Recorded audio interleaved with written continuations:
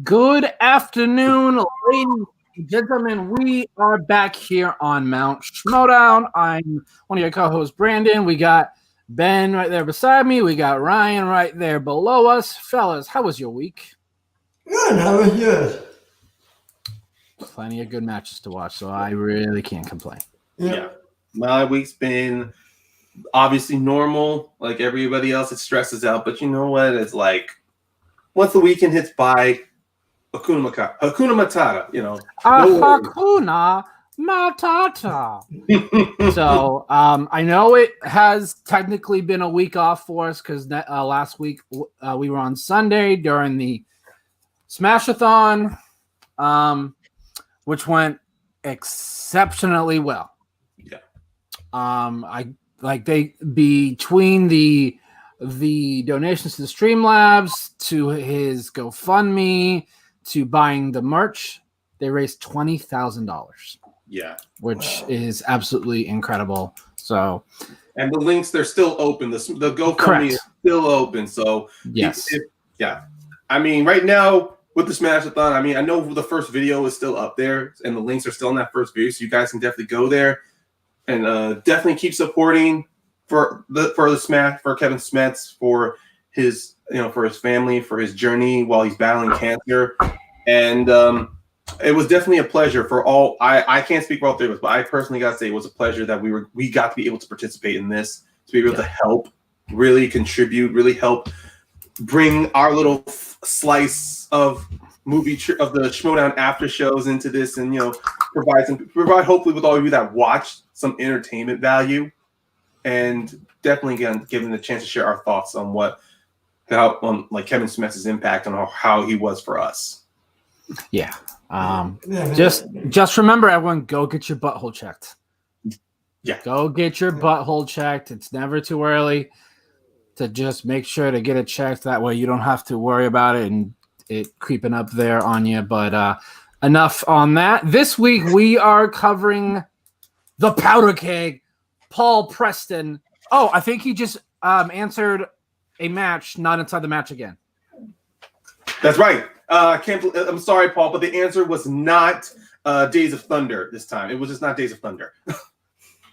Yeah. I thought that was a funny gag he had going through every single match. I think it was mainly his singles matches. He would go and sit down, and he'd already have an answer on his whiteboard. I just thought that was so funny. It was a running gag. Paul Preston different team matches as well. Okay. Because when he and Adam debuted against Egan the Brain, they had that. I think Paul was, because he just got more matches. He kept that flavor going. But it was still funny. Paul Preston, season 7 has been a highly debated competitor. Some say he's the biggest disappointment, biggest letdown of season 7. I disagree. I don't think you can say that about any competitor, because it's not fair. With the pandemic, a lot of these competitors did not get as many matches as they normally would. It was basically almost just like a tournament only season. Like we had like those first couple matches before in like February, March, and April. Since then, it's just basically been tournaments. We had the Star Wars tournament, we had the Inner Geekdom tournament, we've had the Ultimate Schmoedown singles tournament, and now we're in the Ultimate Schmoedown teams tournament. It's pretty much been season 7. Yeah, that's literally all we had. So, yeah, if you look at his record, he hasn't won this year. He has not won in season 7 whatsoever. I believe it's 3 matches. He played 2 teams matches and I think just 1 singles match. 3 matches. Yeah, but even then, like you said, we can't say anything about this year regarding everyone playing in matches. Like, it's mainly been tournaments, and even then, almost everyone who got a chance to play, they had to adjust to everything being on the digital format. And with the digital format came its own risks, its own set of rules.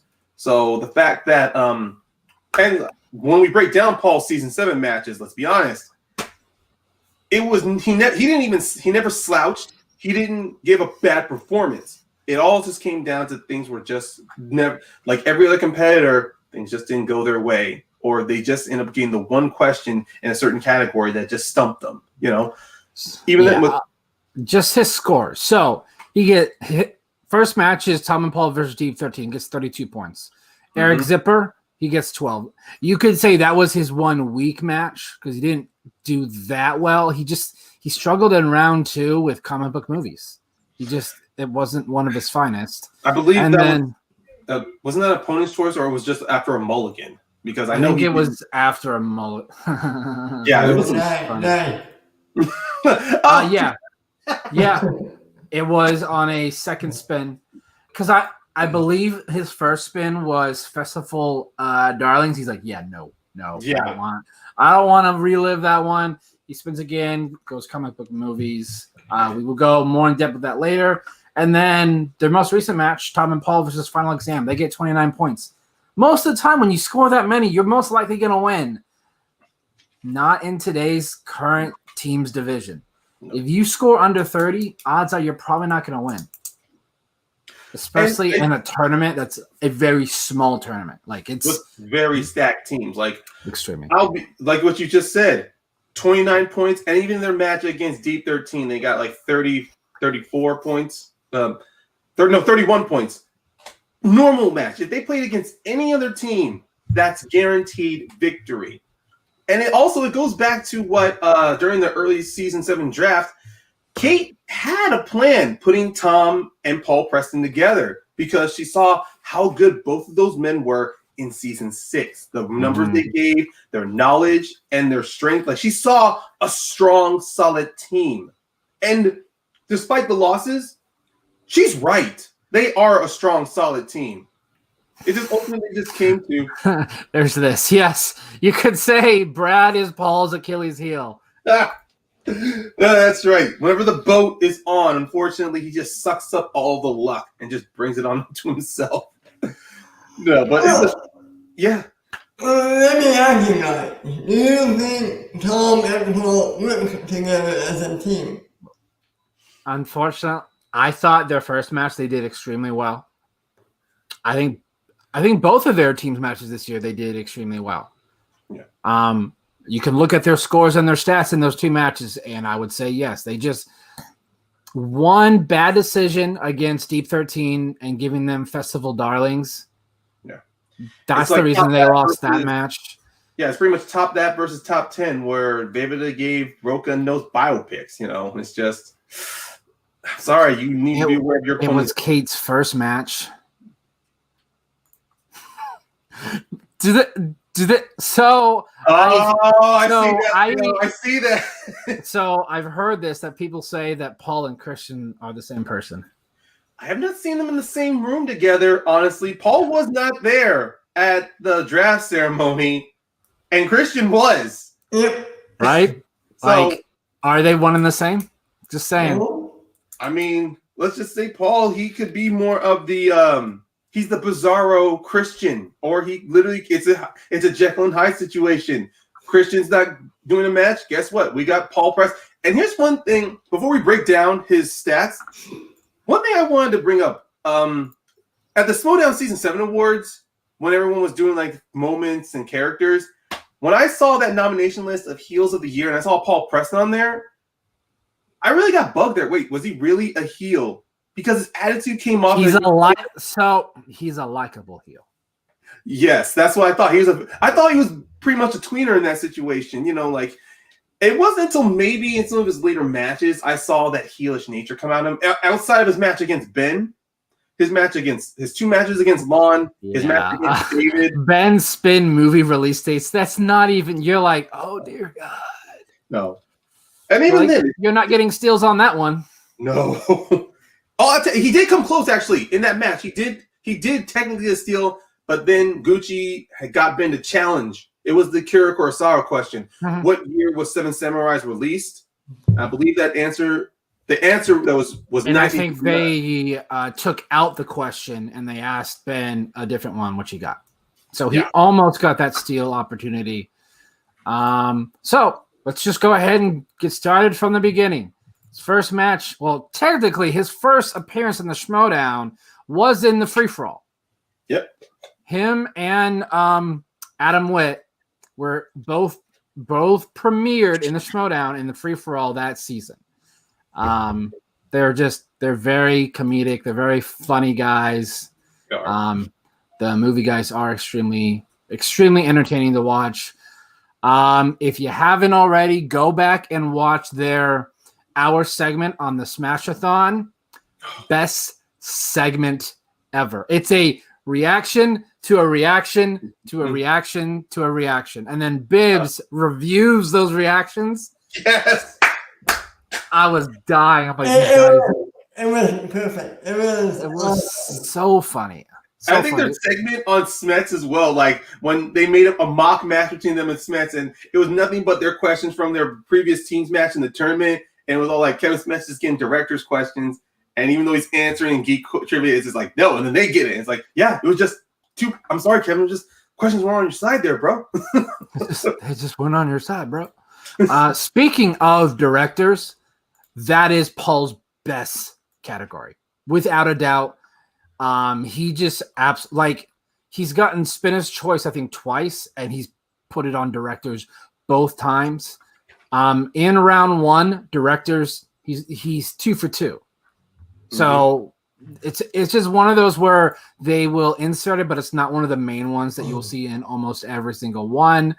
He's gotten directors twice, yes, both Spinners. He won 3 of 4 against Rachel Silvestrini. He did check down once. He got one of them stolen, actually, on that one. And then he got another one. Actually, no, he got it 2 more times. He got Spinners again. Same thing, 3 or 4, one in multiple choice, got it stolen.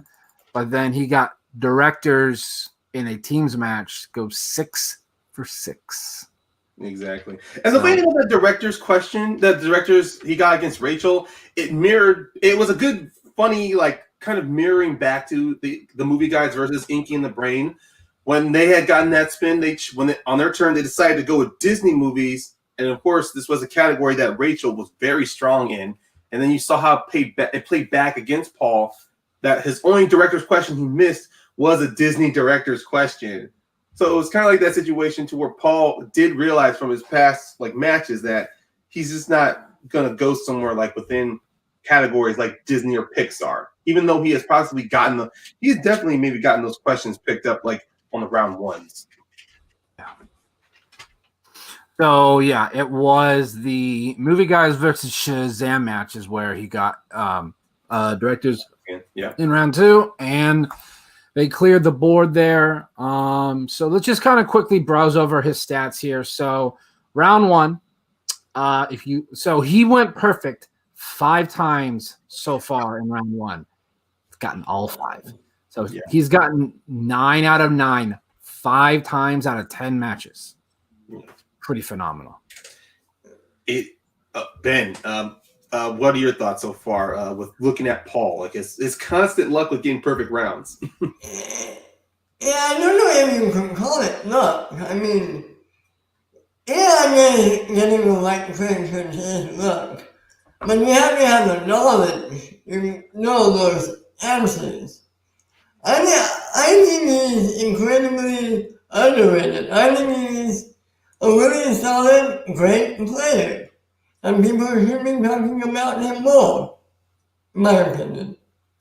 I do agree. He definitely should be talked about more. I mean, this season 6, as we will go over it, he had despite his record, probably has the best average, the best statistics so far in points, especially in round 1, 5 times getting perfect rounds. I mean, even then, his lowest score was only 5 points, and that was against David Del Rio. Other than that, he's always either 1 point from a perfect round or he gets a perfect round.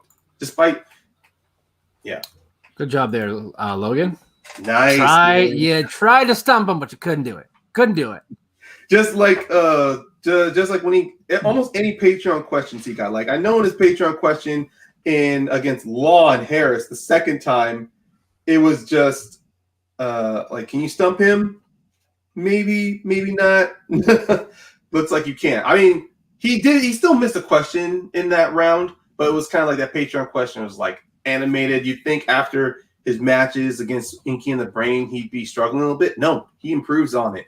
That's one thing Paul has said in his promos. he maybe knew a bit to the strategy portions of the game, but the knowledge that's there in his brain. Like he's able to pull it. He doesn't have to worry too hard. He doesn't have to think too long when it comes to his questions. That's why in almost most of his wins, he's won by never being pushed to that 5-pointer. And when he is pushed to that 5-pointer, that's when we do see, unfortunately, of a down. We do where he is a bit unlucky in that situation, especially in his team's matches. Yeah, teams. It's not that he's not good. He faces other teams that are better. Yeah. Unfortunately, I think Inky and the Brain were on the same level. I'd say. He's 0-4 in teams, so he's faced Inky and the Brain, Shazam, Deep 13, and Final Exam. Yep, he's 0-4. And with that Shazam match, they took them to the last question, I believe, right? It wasn't on TKO, it wasn't on KO. They brought them to the limit, right? Yes, because they missed their 5-pointer in that match, and Shazam actually got it because that's how they won 32-30. Okay. Yeah. Because I believe it was because the movie guys were Brendan missed his 3-pointer. Yeah, and they went back to the movie, and I think the movie guys. Oh fuck! I'm trying to break. I just have it written down. I don't have like the actual like back and forth written on here. Yeah. And the movie guys get that 5-pointer, and they win. Well, if they would have won, they would have taken out Shazam's momentum in that tournament. Honestly, if the movie guys had gotten that 5-pointer. Yeah, well, Shazam would have been done because that was a team's tournament, so they most likely would not have gotten another match that year, and they probably wouldn't be team's champions right now. No, they would not. Because I don't know if Koi would have taken them if they hadn't won the team's tournament last season and faced Founding Fathers at Spectacular. I don't think Koi would have taken them because they're Owen because Well, they wouldn't have been a protected team, honestly, if they had lost to the movie guys. Because their record to become a protected team was because they were a part of the tournament. Okay, let me ask you guys this. If they won, and if they made it spectacular, could the movie guys have beaten Founding Fathers? I don't know. It's really hard to say because it depends on what they would have done in the teams tournament. Were they averaging 30 plus a match? Then yeah. But if they had some where they barely squeaked by, it's really hard to say. I agree with that. I mean, but even if we were judging solely off that match against Shazam, it is a strong, and I mean a very strong it's very strong to say they definitely would have made it to the end of the tournament. But then let's not forget who Shazam's final opponents were in the final, the family. So, but even then, I think I believe that the movie guys did make it to the tournament. If they had faced the Founding Fathers, it would have been a very entertaining match. I think they wouldn't have been to the family. I think they wouldn't have been to the family personally. I don't know. Drew McWaney's knowledge is solid. At the same time, next level. Yeah. But, so I don't. I do see similarities though. Like the movie guys' opponents, I can almost say, Inky and the Brain and the movie guys, they did have some very similarities when you look at it. Because we're looking at their round ones. Paul obviously was the stronger player of the group, and while Devon Stewart's a very entertaining person, it was clear to me that Silvestrini was the one carrying them.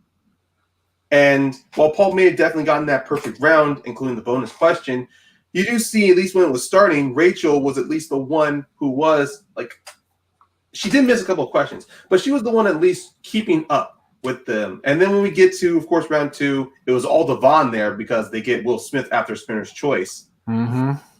And even now they did get 2 points in steals off 2 of them, so that was huge. But unfortunately, they didn't actually win that match. They actually lost that match because, like mentioned, they got Disney's. They end up going multiple choice 5 times out of that match, allowing 5 times the Brain to get 2 steals as well. So it was just unfortunately they thought, and I understood the strategy in that situation with Paul. He thought he was going to get some good questions, but then of course they were getting like a mixture of some classics and a couple of some of the new Disney questions. So it's kind of that stuff that really threw him off.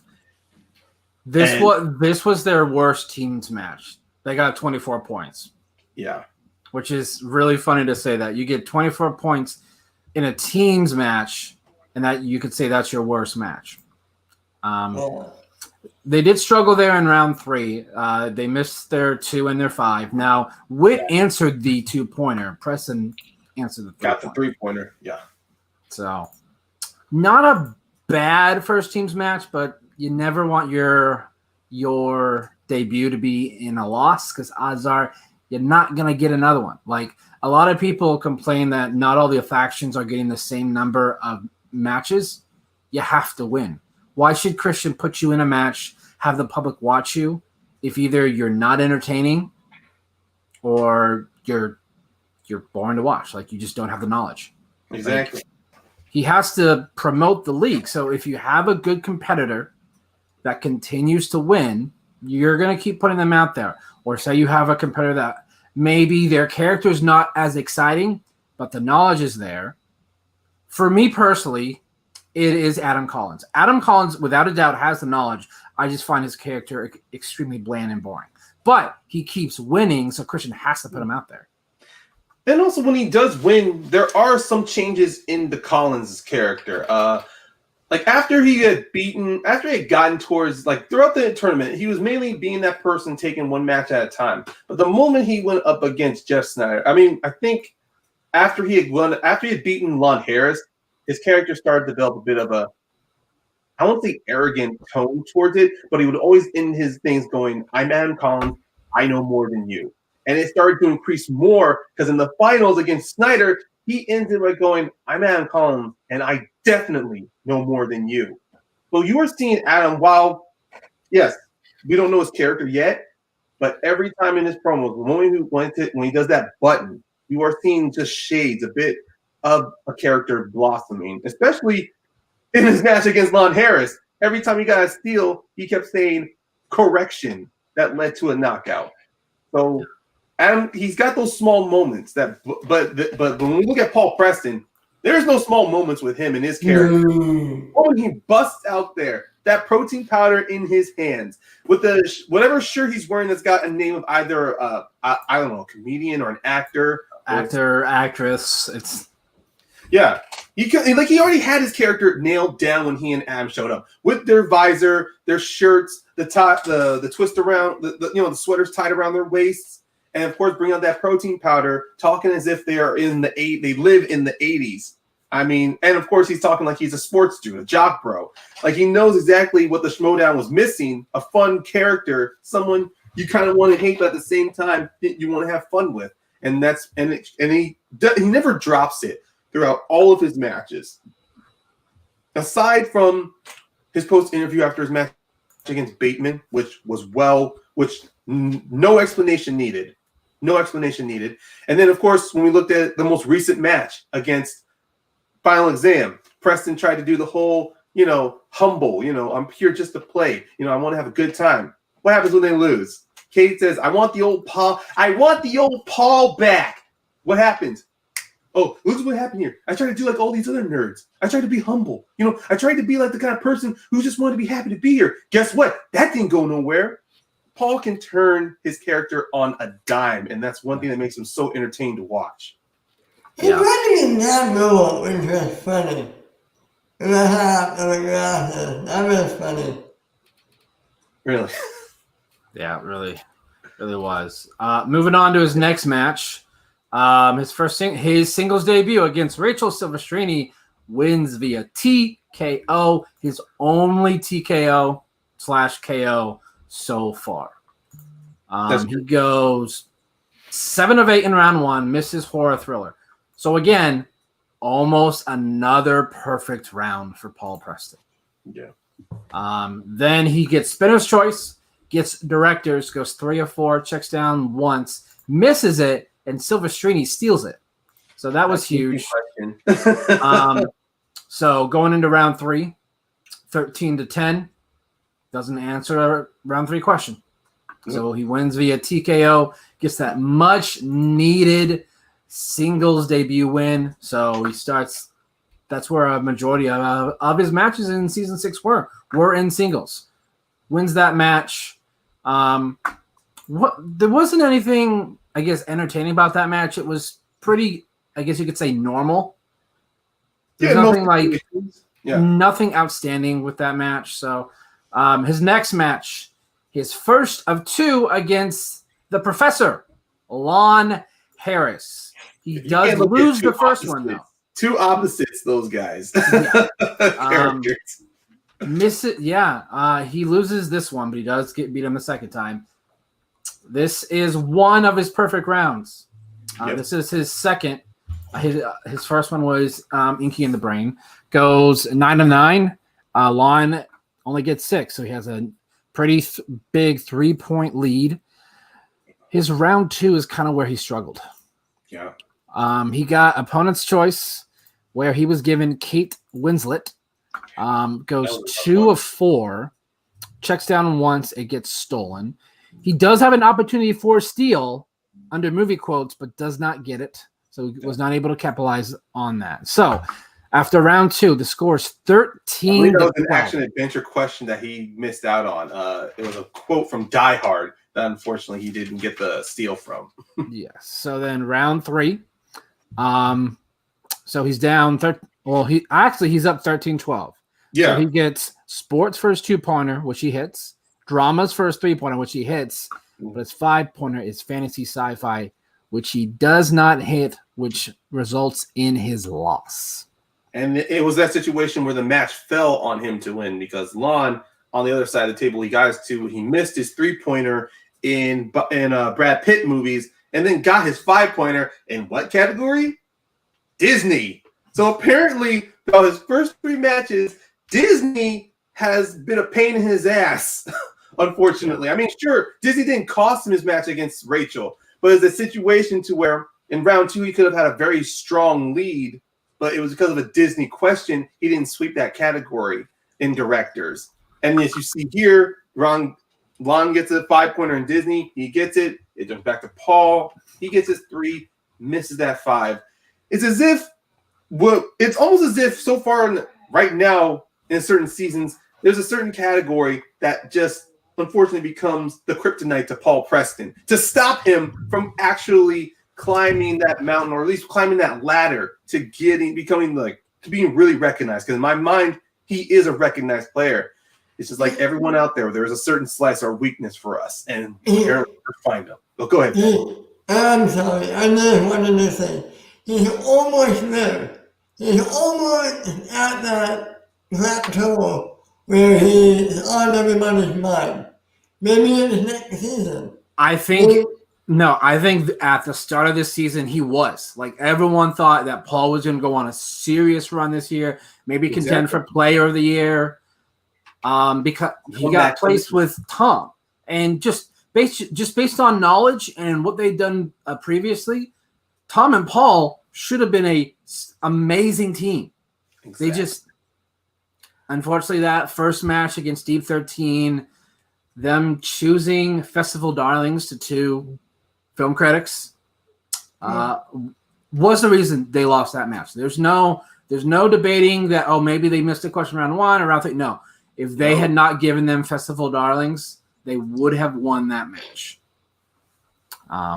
Because Tom and Paul were definitely in the lead in that match. It was there was a wide berth, like by 3 or 4 points, but still, Tom and Paul had themselves a very strong, sizable lead. But the moment Deep 13 got those Festival Darlings, I believe they swept it. No steals involved, and it was just came down to where it was back and forth. I know they missed a round 3 question. They definitely missed a round 3 question, which is why it attributed to their loss.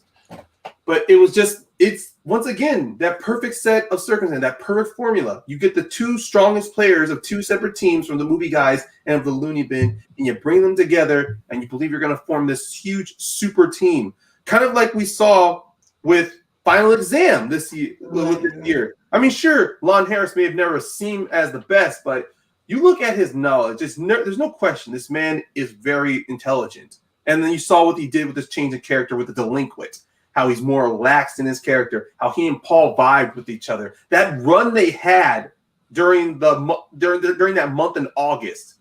I mean, It's impressive. Sorry, I didn't really think it's impressive.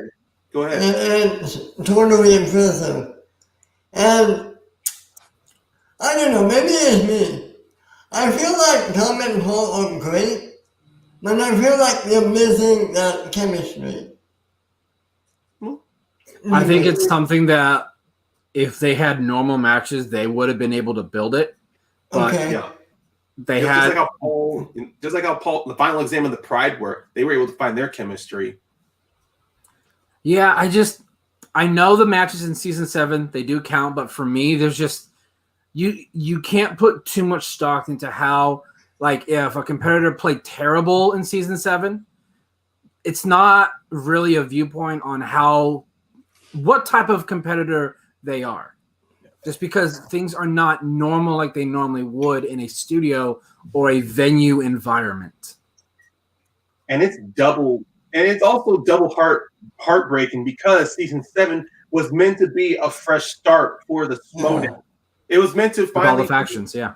Yeah, with the soft, not just a faction, but also a soft reboot for Christian to take this league into a brand new direction. Because it was during season 6 at that time, while they were still doing things on their own, it was when at that time Christian was still partly a little bit of a Collider, and then he was leading, funding everything on their own.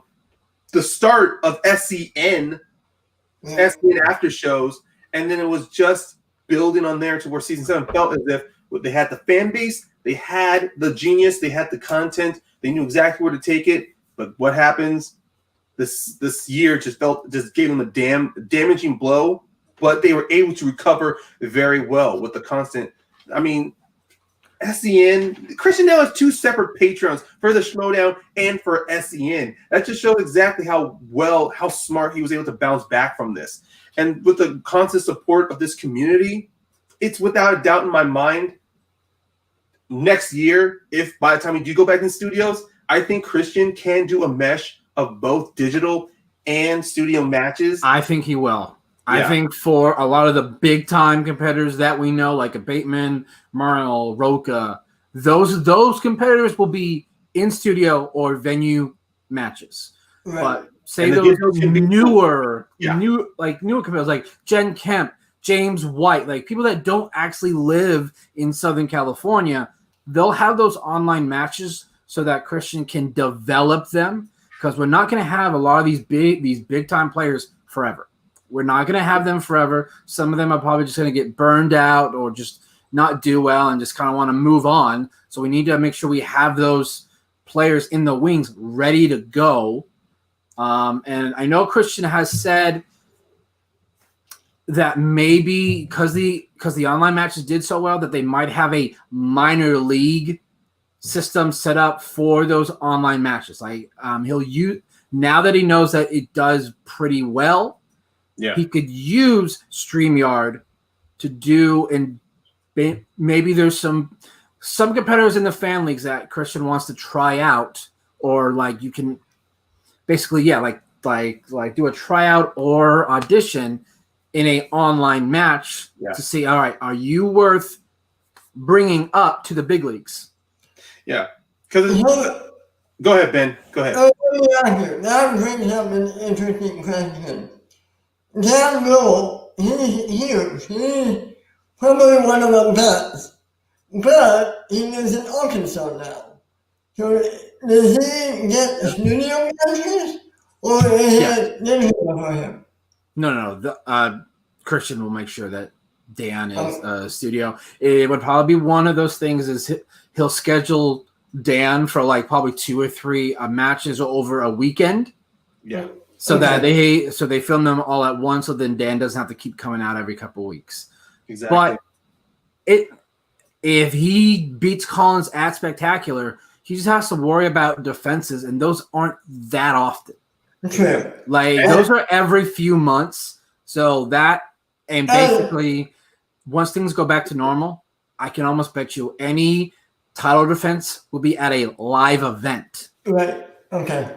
And depending on what happens with the team's tournament. If he and John Roca are out, and everything's gonna fall on the wayside, rather, because if let's say the founding fathers or Roca and Dan are split apart by faction, by being drafted, I don't think Dan has no longer needs to worry about teams anymore, because he has said openly he would want to play with nobody other than John Roca. Yeah. You would need to get a very good player, or someone that kind of that would intrigue Dan to want to play with.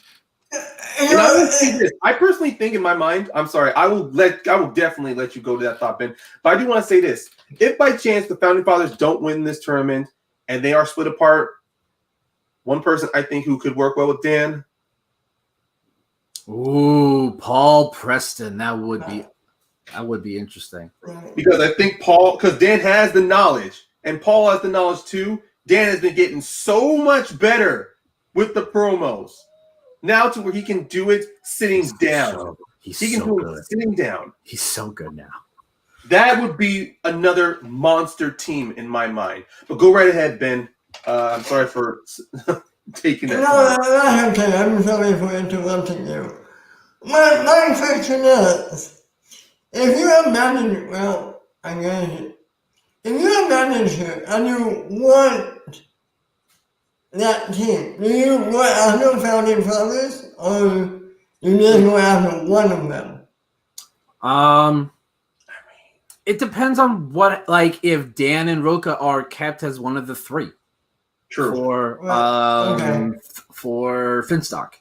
The way Roca's talked about it, I don't see it. Like, I don't think Roca wants to play for Finstock. No. So I don't see it, but I don't see anybody's name in Finstock, to be honest with you. I've seen that take too, where he literally has none of his the only current competitor he may keep is Andrew DiMolanta. Like, everybody else would be like, bye-bye. Yeah. We all know Bateman is done with Finstock. Yeah. It depends on if Riley feels that he wants to continue following Bateman, or if he wants to stick with Finstock. Because in this singles tournament, Riley was able to bounce back after that team's loss, and it was because of his new lax attitude and just listening to Finstock on occasion. He was able to at least give out great performances. And one thing, Paul, and going back onto Preston, one thing that Paul did realize at the end of his run, he felt that maybe he too needed a manager, because after his match against Bateman in his post interview, he saw exactly what Gucci did for Bateman, getting that point back, and he kind of saw, just like everybody else did, maybe having someone in your corner. What's that for? I don't know. It's probably something he put on his phone. It's probably an iPhone. It doesn't show up on my computer. Oh my god, that's the worst part. But I was gonna say, maybe when it comes down to with Preston, the fact that he has openly admitted that maybe he does need a manager, and possibly I really don't want to put no blame on Kate, because this was her first season. This was her time trying out to be a manager. I think Kate has slightly improved in certain areas, but she was still a little rocky here. I think if Kate does not retain him, I think for management style, I think him being paired either with Levine or with somebody like Coy, or heck, let's say, for example, if Grace, she's constantly busy, so I don't see her coming back as a manager, more like an advisor. But this year? Yeah, but I'm saying, but Grace actually makes the choice to be a full manager. I could see Paul under her as under management, because she's got a killer instinct. I mean, we heard about Ken retiring, so they're going to need another man. I don't see Christian going down to 8 teams, because that leaves out 10 competitors. So I think we'll get someone to replace him. It was supposed to be 10 this season. I think Christian is adamant that it will. I think he thinks 10's too much, so that's why it's going to stay at 9. Ben, you know who I can see Paul working with? Yeah, Kaiser. Hey, Adam Kaiser works really well with Kaiser. So I would like to see, management. Witt has shown good work as a manager. So I think he's 2-0. If you include the bootleg. If you include the Kai- Ellis Roca bootleg, I believe Witt is 2-0. That's right. He coached Roca. Witt coached Roca. Coach. That was a fun match. That was a fun match. Yeah, that was pretty entertaining. But Yeah, I'll just say the next time I see Roca do this again, I swear to God, I'm just gonna I was like, what are you doing? You're literally trying to make me cross-eyed here by swirling your bourbon around. And that's not how you swirl your alcohol around, Roca. I thought you're an outlaw. You're supposed to be able to know how to swirl a drink. Jeez. So, trying to get back on topic there. Yeah, let's do that. Yeah. His fourth match is against David Del Rio, which was actually they didn't call it this, but it was a play-in match. It was a play-in match for the singles tournament. They called it a qualifier. Same thing. Whoever wins this goes into the singles tournament. But there was a funny catch to that because Del Rio, unfortunately, even if he did win, he couldn't play because he had previous obligations as a working actor. So it's more of if he won, he gets to choose who to play. And it kind of led to one of my favorite funny quips from Paul during the promo. He's like, he pretty much said to anyone else, if I win, I can promise you this. I'll show up. So it was just kind of like, that's one thing about Paul. He does have some good witty one-liners in his promos and in his post-interviews. I can't. There's one in the Bateman match, and when we talk about that one, that's probably my favorite line out of any promo he's ever done. So let's definitely go with Del Rio. Yeah. So Del Rio goes perfect. 9 of 9. Preston only gets 5. So after that first round, you're thinking, oh my, Del Rio's going to win this. He's not even going to be playing in the singles tournament. He gets the pick. So it's more of just his motivation is make sure that Preston doesn't win to keep him out of the singles tournament. Exactly. And then round 2 happens. Preston gets Oscars, gets 3 of 4, goes multiple choice on question 3. He misses it. Del Rio doesn't steal it. However, Paul Preston goes to town on steals like Logan is saying here. Yes. Exactly. Actors and actresses, he did not do well. Paul got 5 points in steals. He got 1 on multiple choice, and he got 2 other ones. That was the swing of that. Literally changed the match. That was really heartbreaking too, because you just saw Del Rio. He was on a roll with that round 1. He also came off of a great win against Whitney Seibold. So it was like he was finally getting his groove on. And of course, in being a working actor, he figured actors and actresses makes perfect sense. But just like in the Schmoedown, do not rely too heavily on your strengths, your personal strengths, because the randomness of the questions and depending on the difficulty of them, it will cut the legs underneath from you. We've seen that happen with Riley. We've seen it happen with Roca. We've seen it happen with Harloff. We've seen it happen with Howard, with Mike, even though, he does great in Bond, but any other thing he wants to pick as a strength, he's messed up on. We've even seen that done. You don't necessarily have to be good on every single slice on the wheel. Yeah. You just can't have a major weakness. Right. If you're average, so say you get 4 questions, if you can get 3 of them, then you're fine. But if you get a slice where you're like 1 to 2, that's what hurts you. Or in teams, you can only get 2 of the 3 of the 6. Like, you don't have to be amazing at every single one. You just got to be good enough that if it spins on that slice, that it's not the major factor in turning the match around, which is what happened here with actors and actresses for Del Rio. Preston goes up 16-11 after round 2. Preston only has to answer his new releases, his 2-pointer, gets it, wins the match 18-16. So with that, he qualifies for the 2019 Ultimate Schmoedown Tournament. And in that post interview with Emma, we got the line that got him noticed, where this is me, this is the Schmoedown. This is notice, this is the Schmoedown on notice. Like that line alone, dead serious, no punchline, just making a statement, got him recognized. I mean, if he wasn't recognized enough, but that put him from, let's just say, his matches so far he was like seen here. That line after Del Rio, it raised his status. without a doubt in my mind. And we definitely do see that in his matches against Lon. He was dead serious of playing. Yeah, his first match in the tournament is against someone he had just played just a couple matches ago, Lon Harris, but this time he gets his revenge. He wins this match. They both go 7 of 8 in round 1, so it's tied at 7. They were both tied. Oh, go ahead. Paul gets movie quotes. He gets the 4. So, like I was saying, it may not be almost any competitor will say who said it or movie quotes is a scary category because literally they can pull anything from any movie, take any line of dialogue. It is very scary. You can't study for it. You cannot study for movie quotes. You just watch the movie and hopefully you remember some important dialogue that you think they may pull from.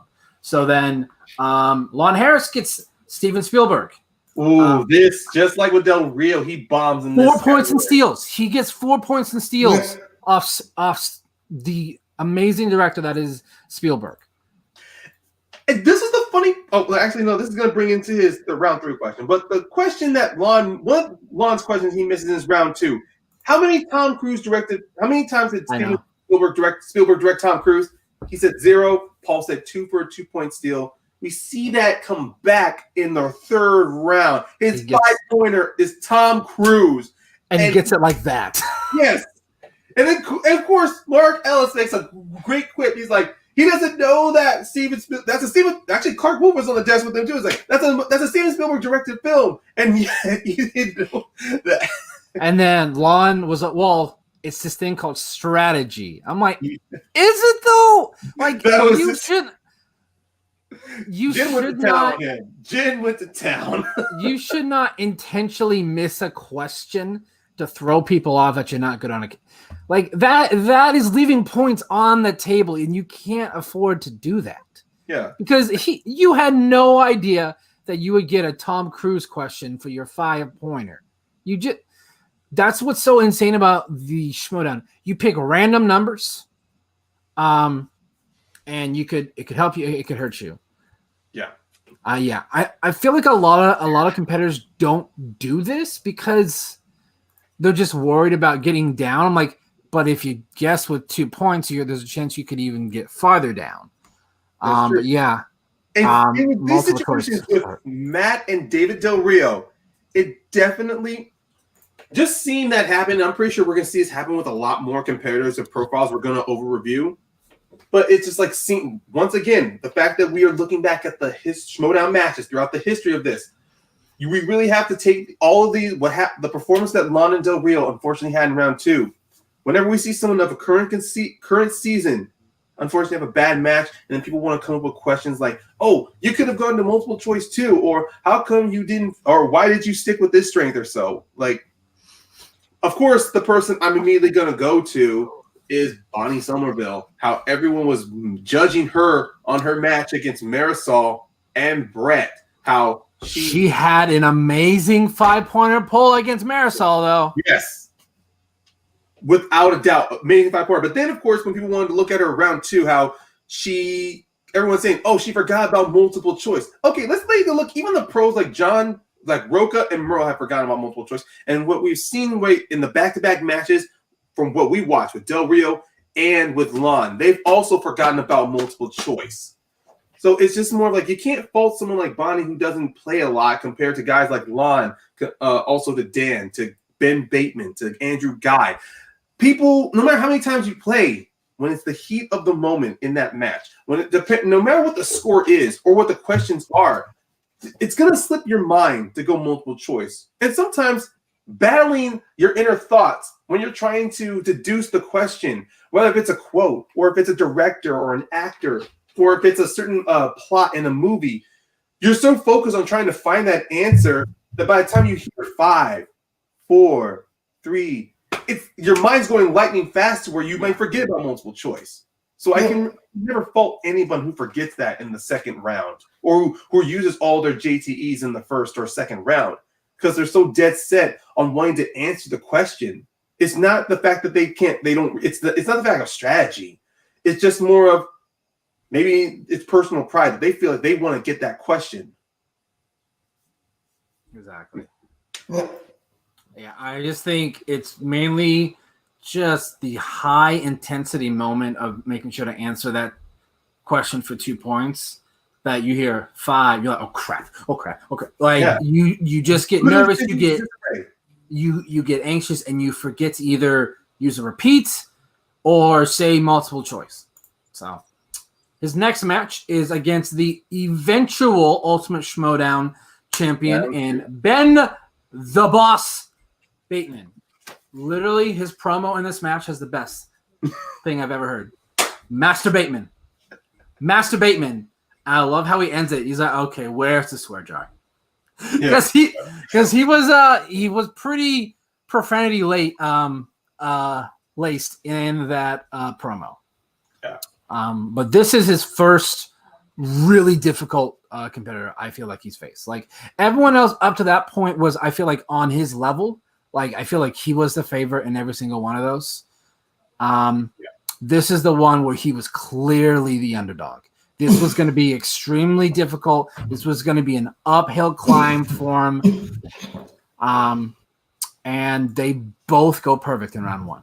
Bateman, like that's the only way that Preston had a shot, is he literally had the match question for question against Bateman, because Bateman at this time was on a roll. He was like he was clicking. He knew everything. So if you missed one question, especially in round 1, that 2-point swing is huge. Huge swing.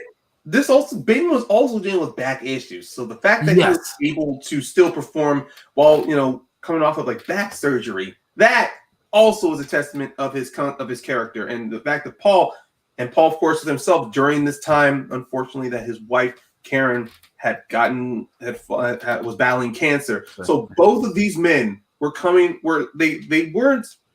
they were definitely off, but they were not off their game, and they had enough strength of will to continue playing.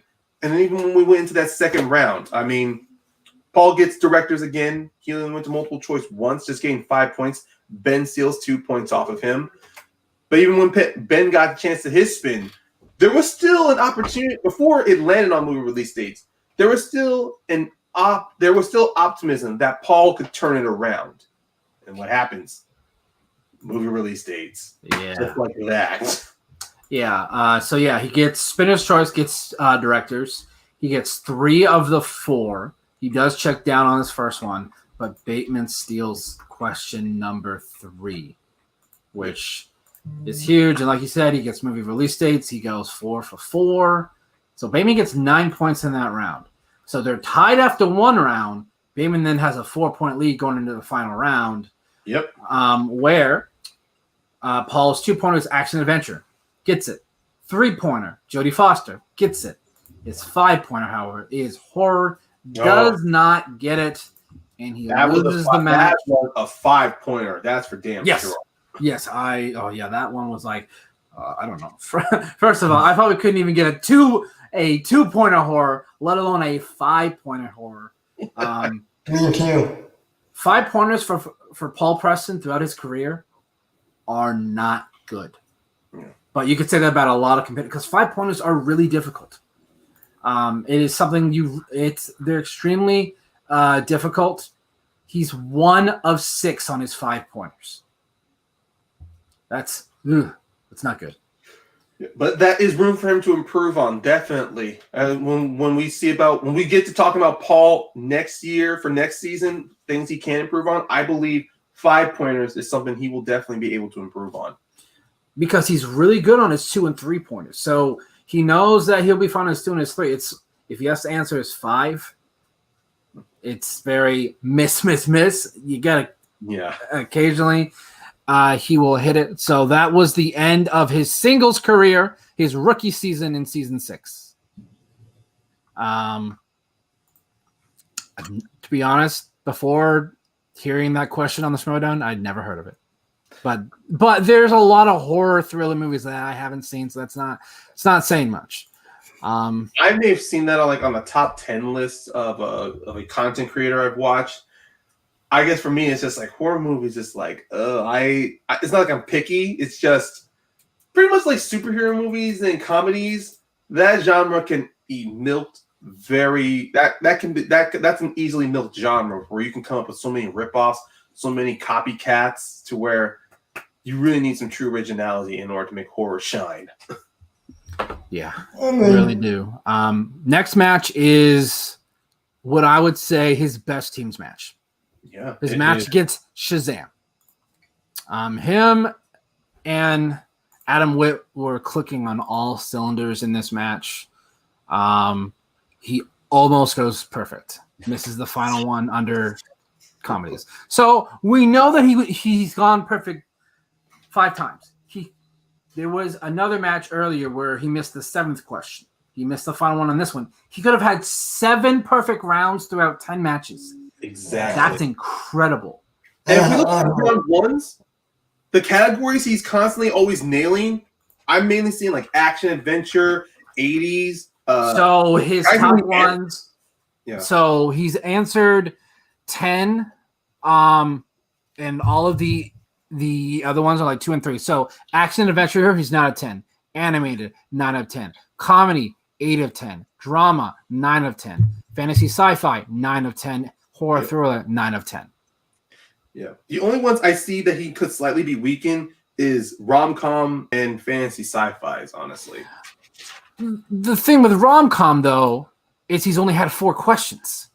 Yeah. He's gotten 3 of them. Like, based on this, you would like it's hard to say that he's not good in any category in round 1, just because the ones that he hasn't done well, he hasn't had a lot of opportunities, and they're not the ones that are typically in every match, like action adventure, animated, fantasy sci-fi, like drama, directors, horror, thriller, actors, actresses. Yeah, they're not in every single match, so it's really hard to state, is he good in this or is he not good in this? Like round 1, Paul Preston is really, really good so far. So, I'm sorry, Tim, I interrupted you. Were you gonna say something? No. I forgot what I was going to say. Oh, I apologize. So, it's 13-14 after round 1. Round 2 is Paul's favorite directors. Ooh. They go 6 of 6. They get all of them. Huge. So far they've only missed 3 questions because Adam Witt missed fantasy sci-fi in round 1. Mm-hmm.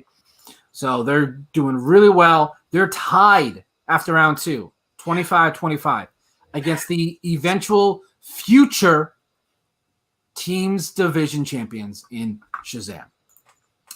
So then round 3 is their 2-pointer is Oscars, which Paul Preston gets.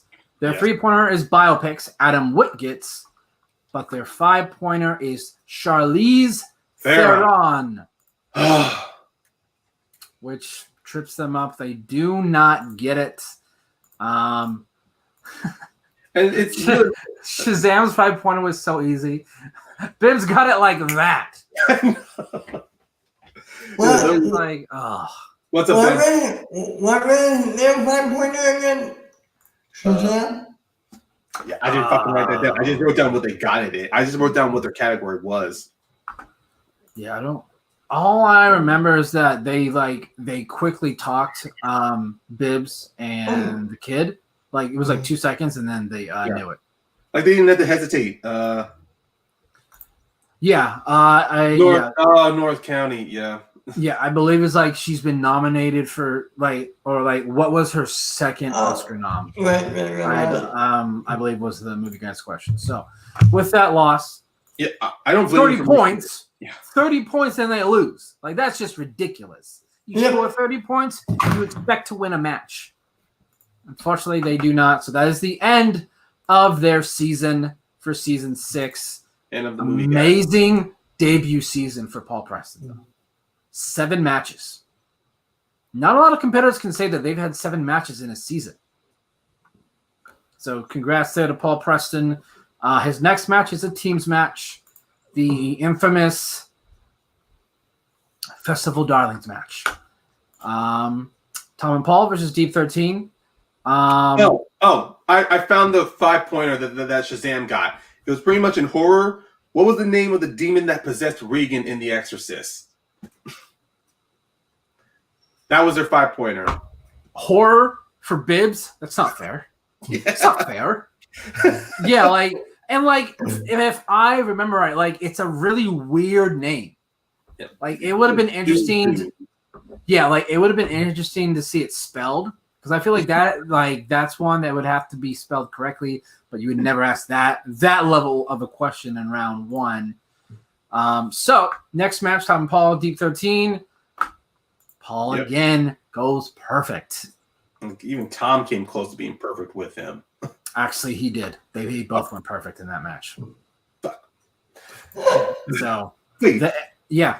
Oh, okay, I missed something. Okay, all right. It's 16-15. 16-15 after round 1. They get opponent's choice, and they get rom-com. Because if I remember right, their first spin, they got rom-com, and they spinned away. It was so... Whitney was like, yeah, let's give them rom-coms. So, but they do fairly well. They go 4-6. They check down on the final one, but it does get stolen.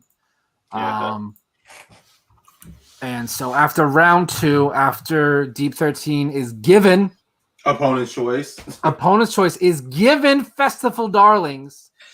Again, we don't need to go much in depth with that because it's been heavily discussed on all the after shows the week of the match. So they go into round 3. They miss their 2-pointer by Tom. They get their, which was scores and soundtracks. Their 3-pointer was fantasy sci-fi, which Preston gets. Yep. And their 5-pointer was directors. We all know how much. Yeah, I was surprised by that one too, how Tom didn't know James Horner.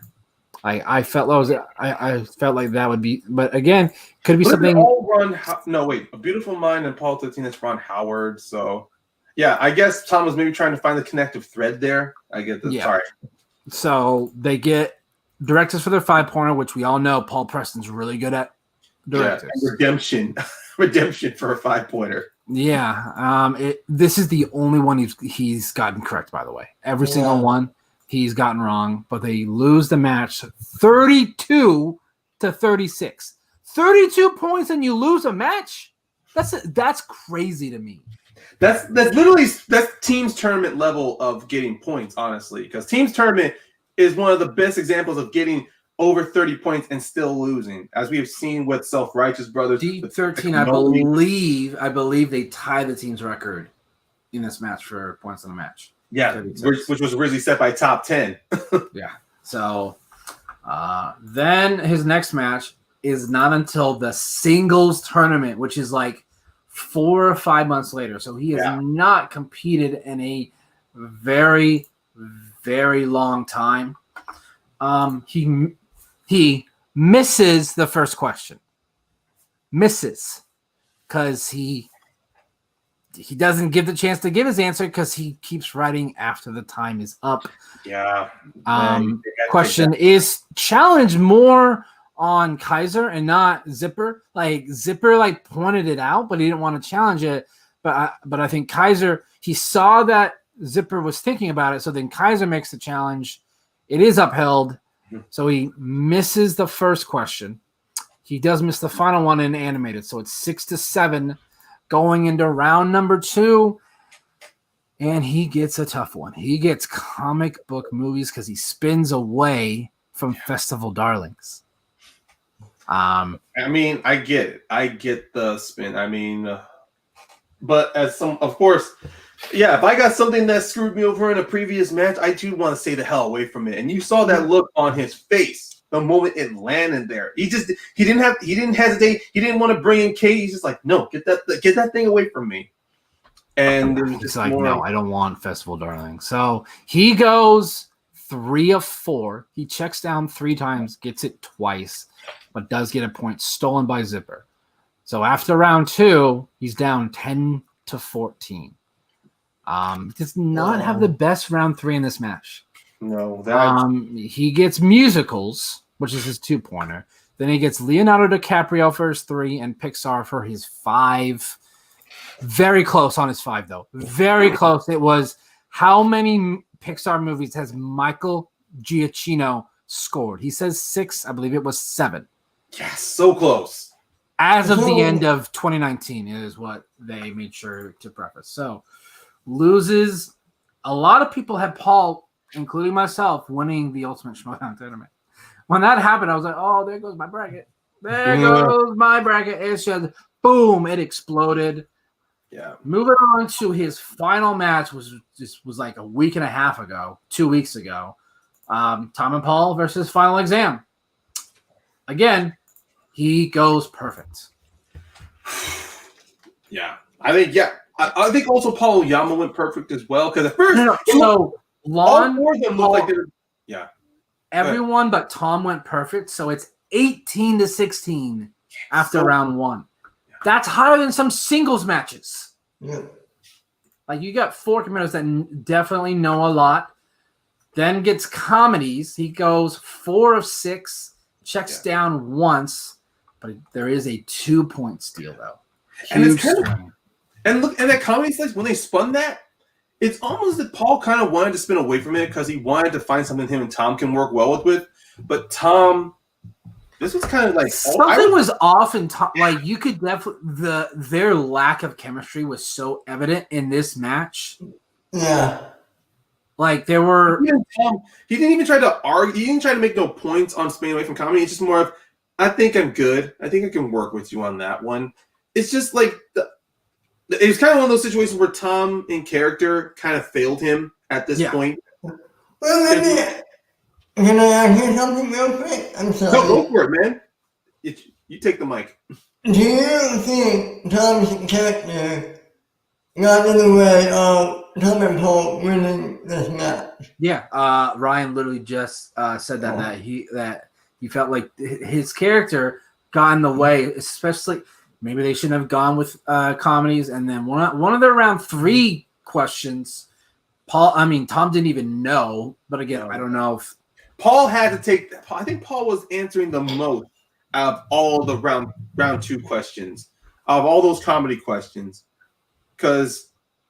And Ben, I said that Tom's staying character failed him, but it definitely showed. Like after that 3rd question, there was like a look on Paul's face to realize that he had to carry the rest of the match. Yeah. And it's not as if Tom was trying to be self-sabotage or so, but it was kind of situations to where character overtook the playing aspect, just like with Matt Atchity when it was MODOK versus the Patriots. It was just kind of unfortunately character's great.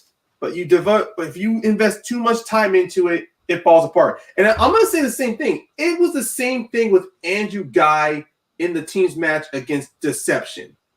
He was trying to be the old guy. Unfortunately, that kind of backfired. But that's just more of, his personal vendetta against the digital format.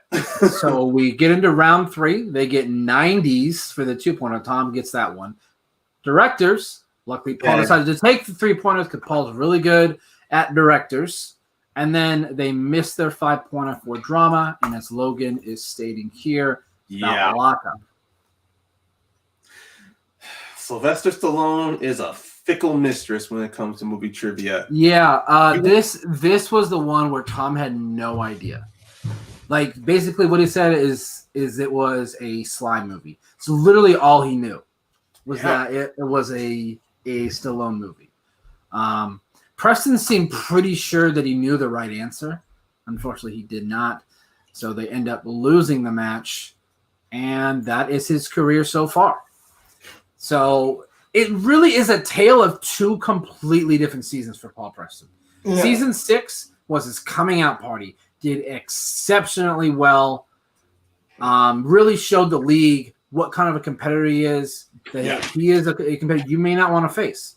Season 7 was just every single match, something just didn't go his way. The first one, it was the Festival Darlings. And his singles tournament match against Zipper gets comic book movies, which you could definitely tell he was not a fan of that. He spinned away, though, from Festival Darlings just probably because it has still left a bad taste in his mouth. Yeah. And then his Tom and Paul versus Final Exam. They got comedy. Final Exam did really well. That's when Final Exam, because they had 2 matches in teams prior, just like a few weeks they played earlier. They played against the Experiment in a studio match. Then they played against the Pride. No, they played against D13, then the Pride, and then Shazam. So Final Exam had 4 matches under their belt of their chemistry to show you that this was going to be a very tough match. And with Paul, tale of 2 seasons, as you said, Brandon. And the best example what we can do is with TV shows. Paul had a great freshman year for season 1, blew everyone out of the water, had a few stumbles, but was still enough momentum to carry in. Guess what? The sophomore year, season 2, like at most TV shows, he suffers huge from that to where you're not sure if he can recover from that. And I think personally for me, despite this season, I still think Paul is a dangerous competitor. I still think Paul is a top competitor. And personally for me, if the Winds of Fate happens, I still think I can see Paul Preston as a teammate to Dan Murrell or to anybody else. I mean, I could see so many combinations of Paul Preston because of his knowledge. He just needs to find that person not only he has great chemistry with, but can also work with him when it comes to slices that unfortunately they're just not that good in. I think Paul is going to be one of the competitors that Kate keeps. I think he'll be one of the 3 there for the Dean. But I'm really excited to see what we are going to get going forward. So just a quick breakdown of stats. Go for it. Round 1, he's had 80 questions, not including the bonus round. He's gotten 73. That's 91%. Amazing. So with the bonus, that gives us 78 of 85. It's 92%. Round 2, he's okay. Now, this does not include any of his steals. I agree with you 100%. Leo. If we get season 6, Paul, no doubt about it, he is comeback player of the year. Agreed. No doubt about it. Round 2, 35 of 48, 73%. So not terrible, but I feel like round 2, you need to be a little bit better. You need to be in the low 80s, I feel like, for round 2 if you want to be a top-tier competitor. And then round 3, 14 of 22 for 64%. It's mainly because of his 5-pointers. He's 1 of 6 on his 5-pointers. That is what's taking all that down. Yeah. So here are his scores for his singles matches. 13, 18, 18, 22, 19, and 12. It's an average of 17 points a match. Pretty good. And looking at the low score matches, those are matches where he wins by not having been pushed to his 5-pointer. Yeah. Like that, like for singles matches, that's the only way you see high scores is if both competitors are playing very well and they're both pushed to their 5-pointer there in round 3. His teams matches, though, 24, 30, 32, 29. It's an average of 28.75. 28, almost 29 points, a teams match, and he's 0-4. Wow. That's insane. That has got to be the most telling stat I've ever seen that shows record does not dictate how good a competitor is. We have said this with Scrimshaw. We're reiterating it. We are reiterating it again with Preston, and I'll even say the same thing from our previous ones with Zipper and Drew. Do not let the point statistics, do not let their records show you their stats or exactly of their ability as a player, because anything can change. And one thing, of course, with Video Drew, we did that before she had her match against Jen Kim. Yeah, if you guys watched her match against Jen Kim, she went perfect, dude. Yeah, and she like checked down once or twice there in round 2. Yeah, well, yeah, and then she didn't even have to answer anything. I think she only had to answer like she won by TKO in round 3. Yeah, so she didn't even answer a round 3 question. So we just did it just a little bit too early there on Video Drew there. But Paul Preston, like Leo was saying, watch him out for season 8. Yeah. It's going to be interesting to see, is he going to still be on the Den? Hopefully he gets more matches there in season 8. If you guys have seen that recent post from Christian regarding the breakdown, he did say that those who are not, pretty much players can still choose to want to come back, even if they are champions or not. So there's no longer anyone who's protected. It's pretty much if you have a belt, there's no possibility you're going to be retained by your manager. So pretty much this next year is really a big shakeup. Just like the nuke last season, this season feels. Oh, Leo's pointing out. She did have to answer a 2-pointer. Okay. I would trust Logan because Logan knows his stuff. He has more. He changed his stuff much more faster than we did. Yeah. So, You're on him. So yeah, I might start that now. Paul for comeback player of the year, but I have to give credit to Logan for that because he came up with it. So definitely gonna keep an eye there on Paul Preston there for season 8. We'll have to just see where he ends up. But overall, for Paul Preston, without his bonus questions, he's 81% accuracy. He's 82% with his bonus. Again, this does not include his steals, though. This does not include the steals in there. This is just questions that he himself answered. So congrats to Paul Preston. Amazing episode today, guys. We got really in depth. And we threw some current Schmoedown stuff in there. We try to talk about it a little bit, but it's not our major focus. But it's just when it comes up in the, depending on what we're talking about, we will kind of just intertwine it in. But any parting thoughts today, guys? Ben, I'll start with you. I'm excited to see what happens next year. Like, where does he end up with his teammate? Can we get that season 6 format? I hope so. I just want him back with Whit. I love their chemistry. It's so great. Paul, he's a great entertainer, a great trivia player. He's a very sharp tongue. Like, he's very charismatic from what we've seen in his promos. And it's like, this is somebody I can't see without the Schmoedown. I mean, sure, if he's not playing in a while, this is someone I would still want to come back in a match. But no, Paul has really stamped himself. He's left his footprint in the Schmoedown.